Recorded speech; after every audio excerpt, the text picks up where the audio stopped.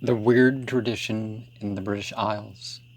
Recent British literature, besides including the 3 or 4 greatest fantasiestes of the present age, has been gratifyingly fertile in the element of the weird. Rudyard Kipling has often approached it, and has, despite the omnipresent mannerisms, handled it with indubitable mastery in such tales as The Phantom Rickshaw, The Finest Story in the World, The Recrudescence of Imre, and The Mark of the Beast. This latter is of particular poignancy.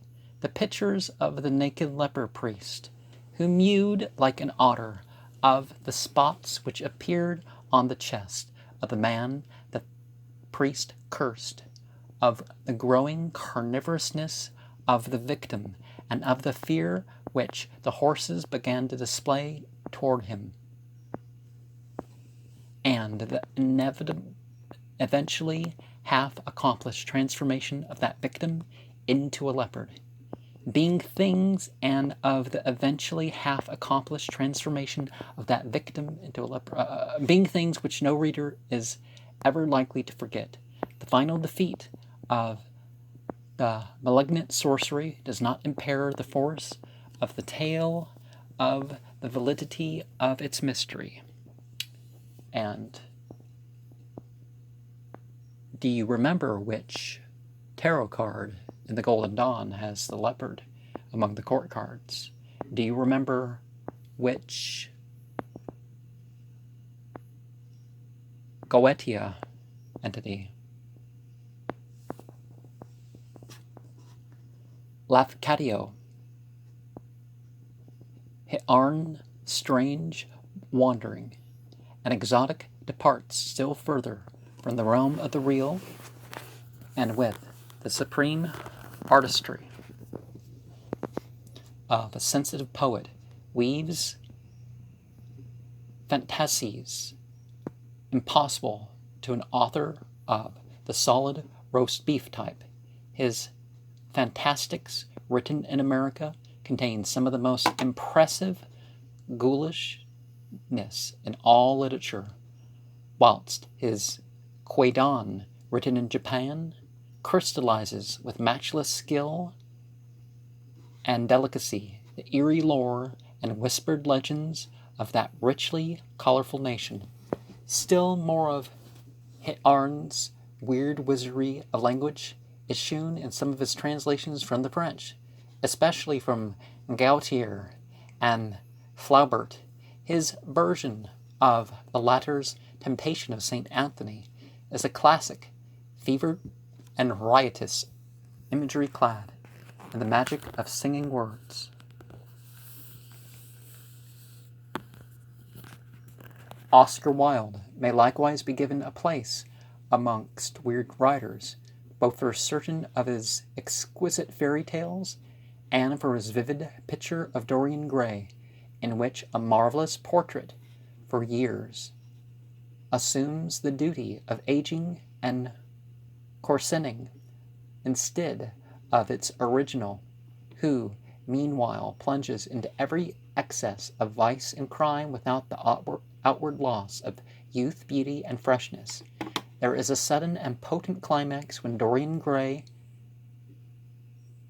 at last becomes a murderer, seeks to destroy the painting whose changes testify to his moral degeneracy. He stabs it with a knife, and a hideous cry and crash are heard.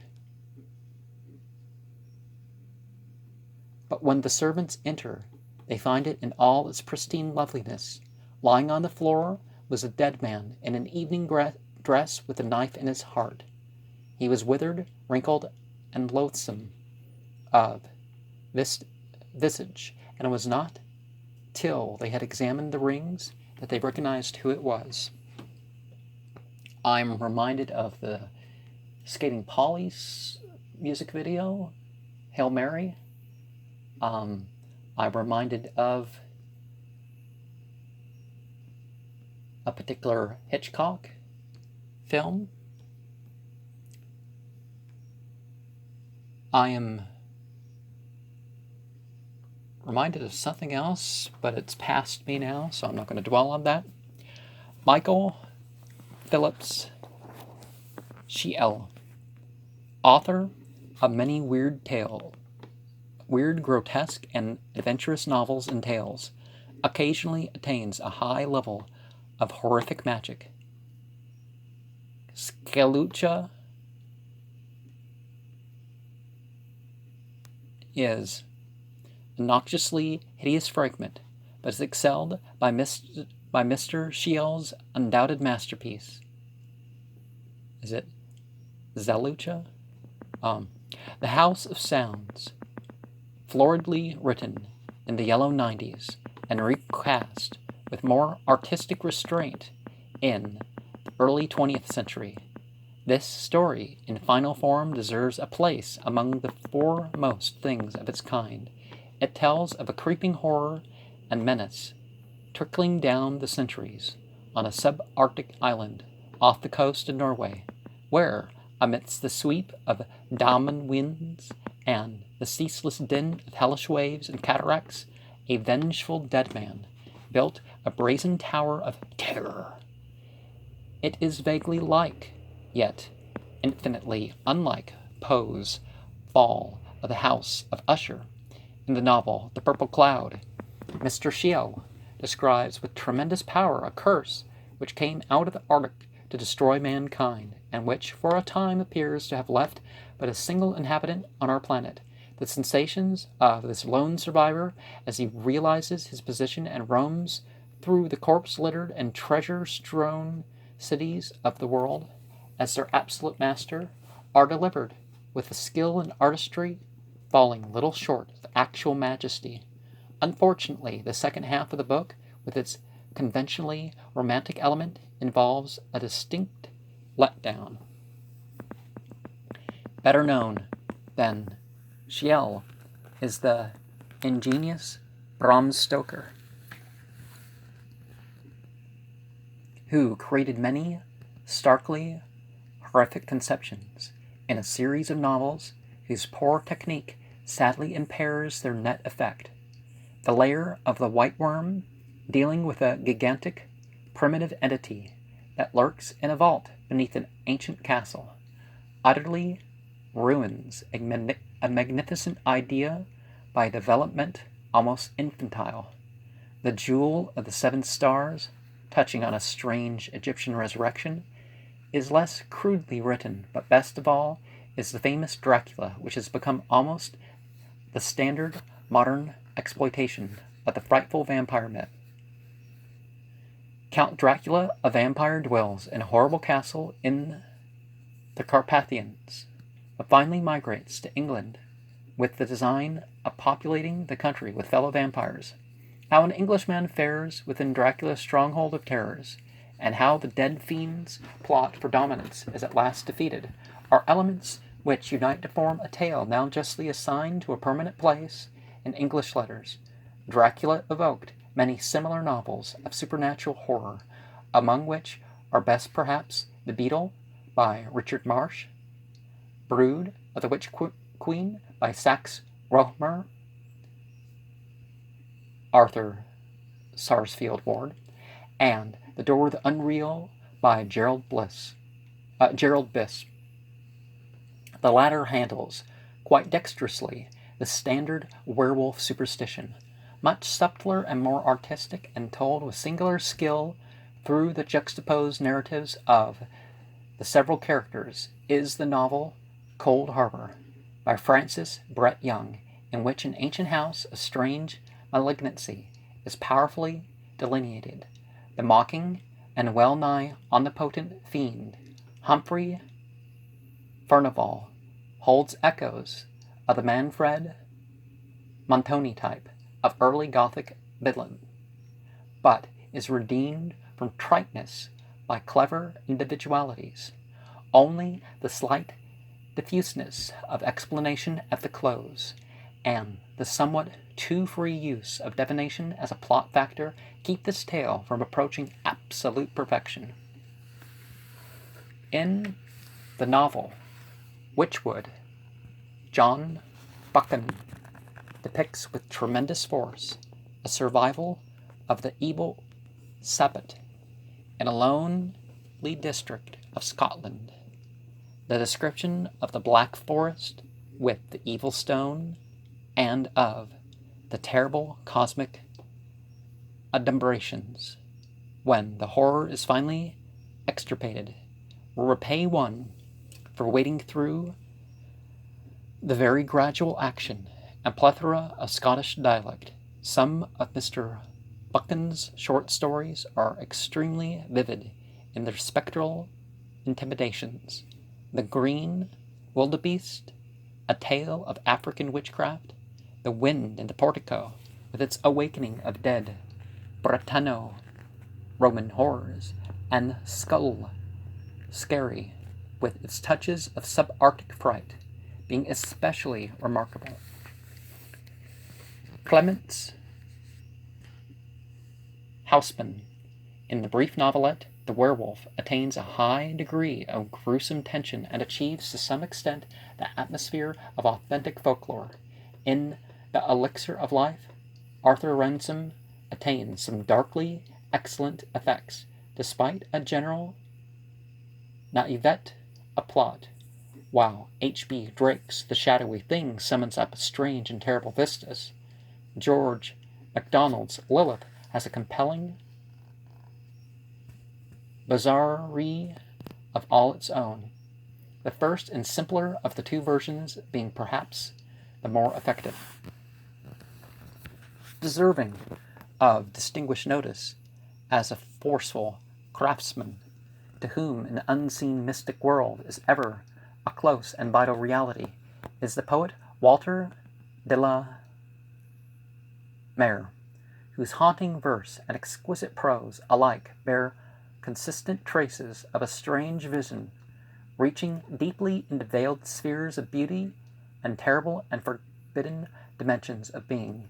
In the novel The Return, we see the soul of a dead man reach out of its grave of 2 centuries and fasten itself upon the flesh of the living, so that even the face of the victim becomes that which had long ago returned to dust. Of the shorter tales, of which several volumes exist, many are unforgettable for their command of fears and sorcery's darkest ramifications, notably Seaton's Aunt, in which there lowers a noxious background of malignant vampirism, The Tree, which tells of a frightful vegetable growth in the yard of a starving artist, Out of the Deep, wherein we are given leave to imagine what thing answered in the summons of a dying wastrel in a dark, lonely house, when he pulled a long, feared bell cord in the attic chamber of his dread-haunted boyhood, a recluse which hints at what sent a chance guest flying from a house in the night,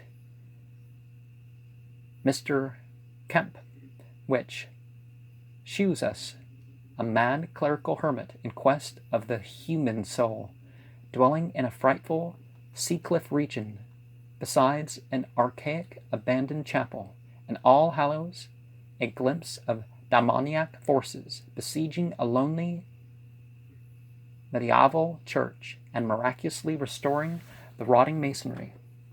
De la Mare does not make fear the soul or even the dominant element of most of his tales, being apparently more interested in the subtleties of character involved. Occasionally he sinks to sheer whimsical fantasy of the very order. Still he is among the very few to whom unreality is a vivid, living presence, and as such he is able to put into his occasional fear studies a keen potency which only a rare master can achieve. His poem, The Listeners, restores the Gothic shudder to modern verse. The Wierd short story has fared well of late, an important contributor being the versatile F Benson, whose The Man Who Went Too Far breathes whisperingly of a house at the edge of a dark wood and a Pan's hoofmark on the breast of a dead man.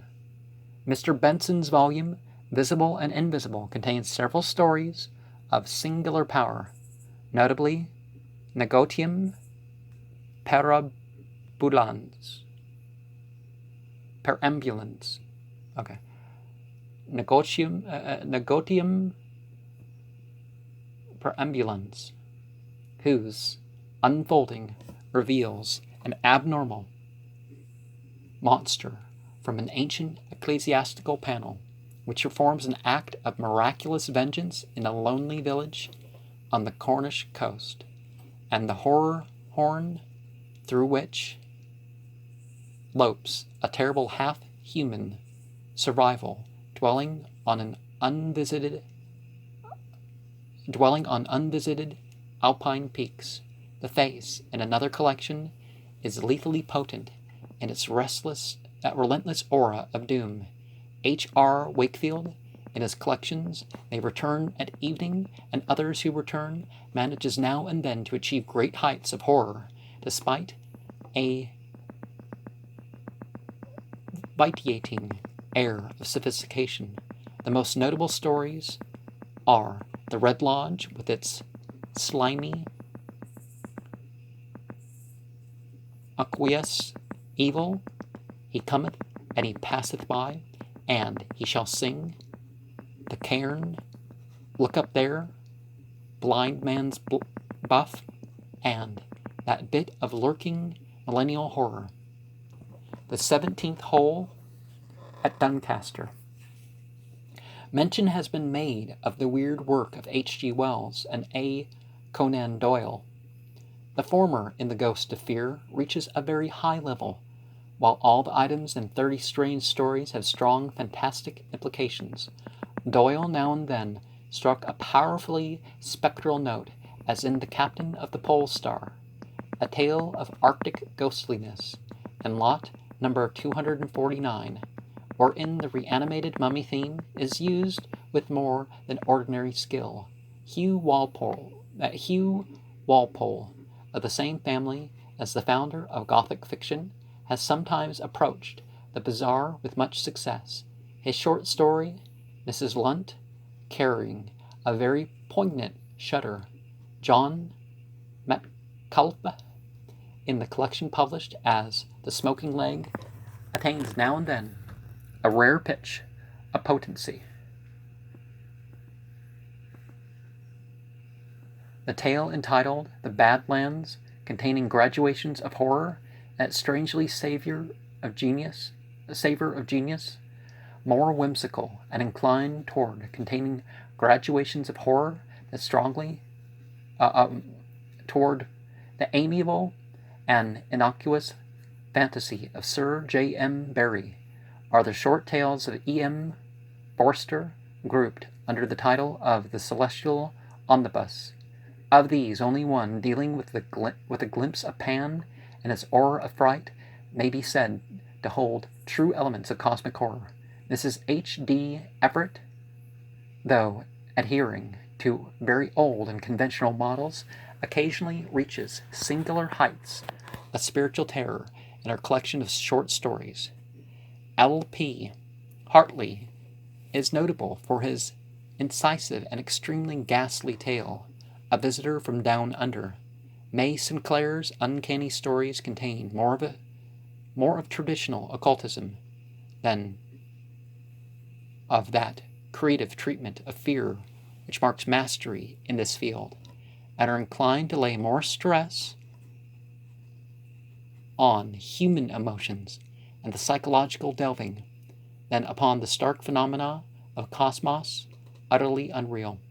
It may be well to remark here that occult believers are probably less effective than materialists in delineating the spectral and the fantastic, since to them the phantom world is so commonplace a reality that they tend to refer to it with less awe, remoteness, and impressiveness than do those who see it an absolute and stupendous violation of the natural order. A rather uneven stylistic quality, but vast occasional power in its suggestion of lurking worlds and beings behind the ordinary surface of life is the work of William Hope Hodgson, known today far less than it deserves to be. Despite a tendency toward conventionally sentimental conceptions of the universe and a man's relation to it and to his fellows, Mr. Hodgson is perhaps second only to Algernon Blackwood in his serious treatment of unreality. Few can equal him in enumerating the nearness of nameless forces and monstrous besieging entities through casual hints and insignificant details, or in conveying feelings of the spectral and the abnormal in connexion with regions or buildings. In the boats of the Glen Karig of 1907, we are shewn a variety of malign marvels and accursed unknown lands as encountered by the survivors of a sunken ship. The brooding menace in the earlier parts of the book is impossible to surpass, though a letdown in the direction of ordinary romance and adventure occurs toward the end. An inaccurate and pseudo-romantic attempt to reproduce 18th century prose tracks from the general effect, but the really profound nautical erudition everywhere displayed is a compensating factor. The House on the Borderland, 1908, perhaps the greatest of all Mr. Hodgson's works, tells of a lonely and evilly regarded house in Ireland, which forms a focus for hideous otherworld forces, and sustains a siege by blasphemous hybrid anomalies from a hidden abyss below. The wanderings of the narrator's spirit through limitless light years of cosmic space and kalpas of eternity, and its witnessing of the solar system's final destruction constitute something almost unique in standard literature, and everywhere there is manifest the author's power to suggest vague, ambushed horrors in natural scenery. But for a few touches of the commonplace sentimentality, this book would be a classic of the first water. The Ghost Pirates of 1909, regarded by Mr. Hodgson as rounding out a trilogy with the two previously mentioned works, is a powerful account of a doomed and haunted ship on its last voyage, and of the terrible sea devils of quasi-human aspect, and perhaps the spirits of bygone buccaneers that besiege it and finally drag it down to an unknown fate. With its command of maritime knowledge and its clever selection of hints and incidents suggestive of latent horrors in nature, this book at times reaches enviable peaks of power. The Nightland of 1912 is a long extended 583-page tale of the Earth's infinitely remote future, billions of years ahead. After the death of the sun, it is told in a rather clumsy fashion, as the dreams of a man in the 17th century whose mind merges with its own future incarnation and is seriously marred by painful verboseness, repetitiveness, artificial and nauseously sticky romance, nauseously sticky romantic sentimentality, and an attempt at archaic language even more grotesque and absurd than that in Glen Karig. Allowing for all its faults, it is yet one of the most potent pieces of macabre imagination ever written. The picture of a night-black, dead planet with the remains of the human race concentrated in a stupendously vast metal pyramid, and besieged by monstrous, hybrid, and altogether unknown forces of the darkness, is something that no reader can ever forget. Shapes and entities of an altogether non-human and inconceivable sort, the prowlers of the black, man-forsaken, and unexplored world outside the pyramid, are suggested and partly described with ineffable potency, while the night-bound landscape, with its chasms and slopes and dying volcanism, takes on an almost sentient terror beneath the author's touch. Midway in the book, the central figure ventures outside the pyramid on a quest through death-haunted realms untrod by man for millions of years, and in the slow, minutely described day-by-day progress over unthinkable leagues of immemorial blackness, there is a sense of cosmic alienage, breathless mystery, and terrified expectancy unrivaled in the whole range of literature. The last quarter of the book drags woefully, but fails to spoil the tremendous power of the whole. Mr.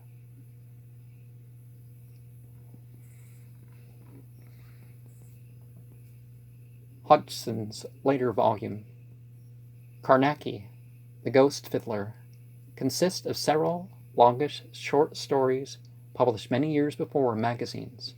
In quality, it fails conspicuously below the level of other books. We here find a more or less conventional stock figure of the infallible detective type, the progeny of M. Dupin and Sherlock Holmes, and the close kin of Algernon Blackwood's John Silence, moving through the scenes and events badly marred by an atmosphere of professional occultism. A few of the episodes, however, are of undeniable power, and afford glimpses of the peculiar genius characteristic of the author. Naturally, it is impossible in a brief sketch to trace out all the classic modern uses of the terror element. The ingredient must, of necessity, enter into all the work, both prose and verse, treating broadly of life. And we are, therefore, not surprised to find a share in such writers as the poet Browning, whose Chado Roland to the Dark Tower came, is instinct with hideous menace, or the novelist Joseph Conrad, who often wrote of the dark secrets within the sea and the demoniac driving power of fate as influencing the lives of lonely and maniacally resolute men. Its trail is one of infinite ramifications, but we must here confine ourselves to its appearance in a relatively unmixed state, where it determines and dominates the work of art containing it.